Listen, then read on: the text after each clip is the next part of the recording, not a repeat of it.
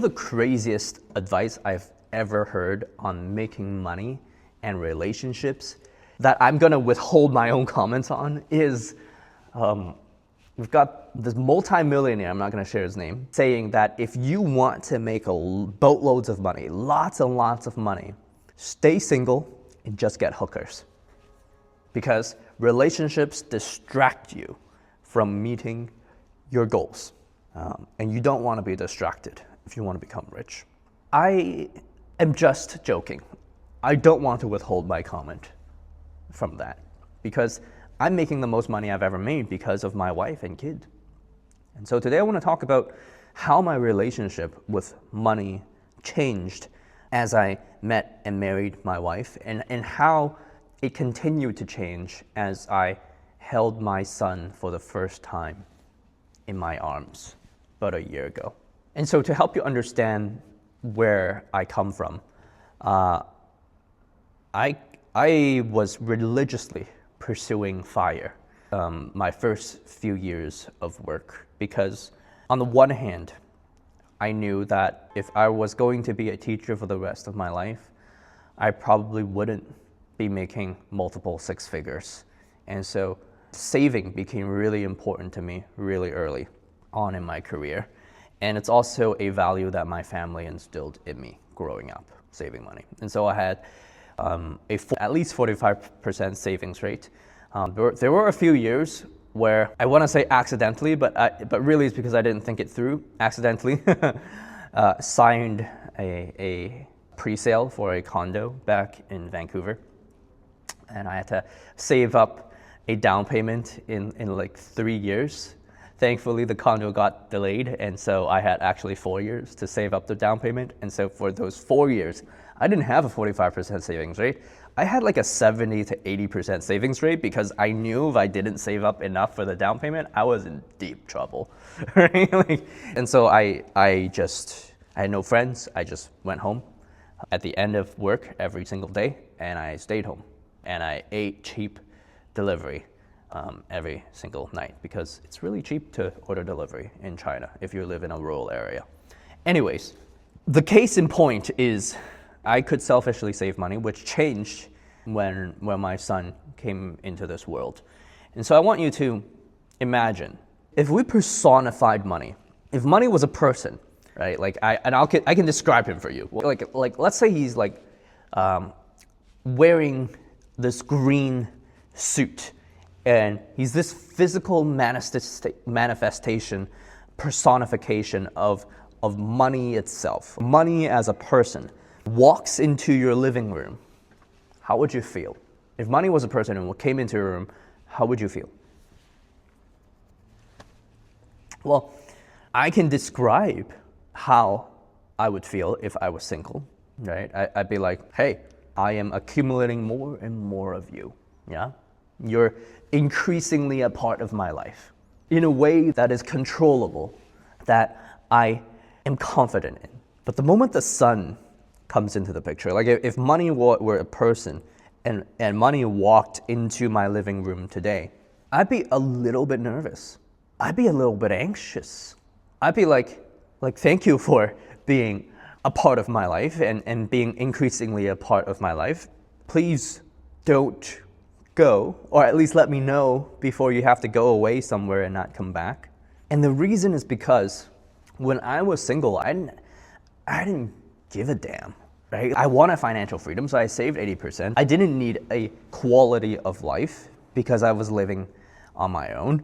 And honestly, if I died, so what, right? Like that was the place where I went to, right? Like I'm trying to build this life for myself, but if all of a sudden I went away, no one would need me, and certainly not my money, right? And of course, like that's an extreme scenario, and certainly people like my parents would be devastated and sad and all of that. But fundamentally, the money that I had no longer mattered if I wasn't alive anymore, right? Like that was the extreme scenario, but that is no longer the case because I've got a son and wife that I want to take care of.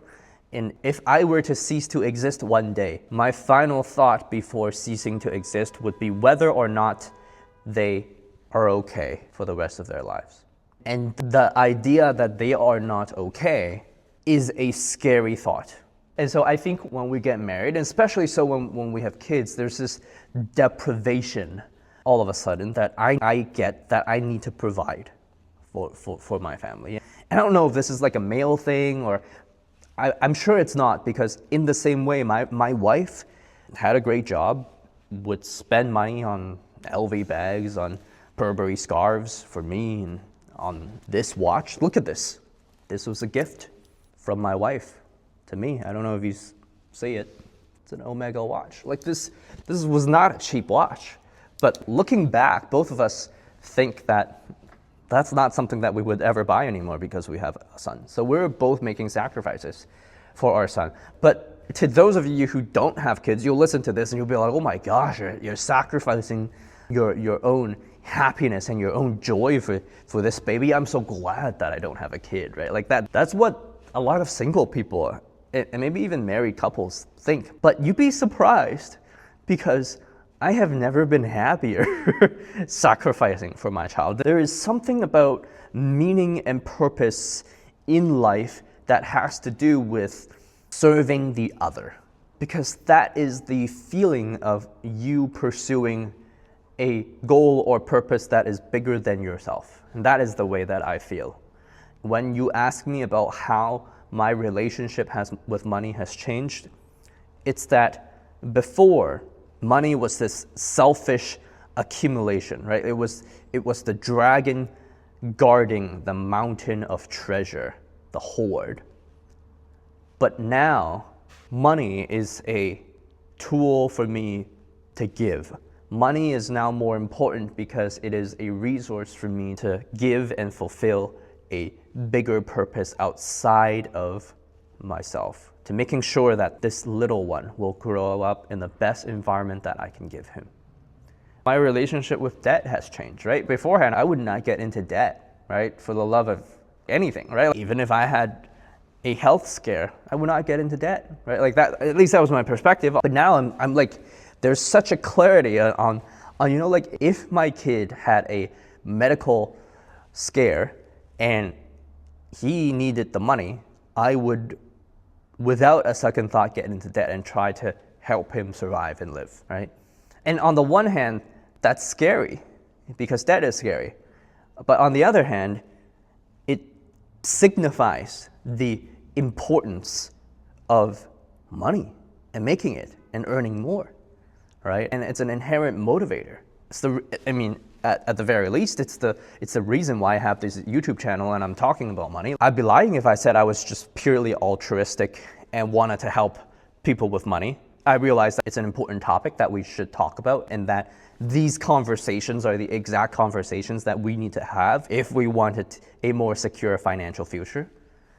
But I hope that you're not dismayed or angered by the idea that I want to make money and I want to provide for my family and child and wife, because I certainly won't be angered if you want the same thing. I mean, I have principles, right? Like I want to do so with integrity. I want to actually help people. I want to give advice that I believe to be true, that I've vetted with experiences in my own life and with all the books I've read. In fact, all the covers of all the books I read are on this wall, if you have no idea why I have so many posters on my wall.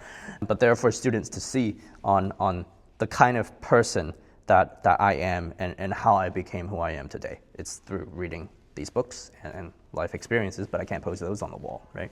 And so if you're about to have a child or you're thinking about having a child in the future, you need to brace yourself, because your relationship with money will change drastically.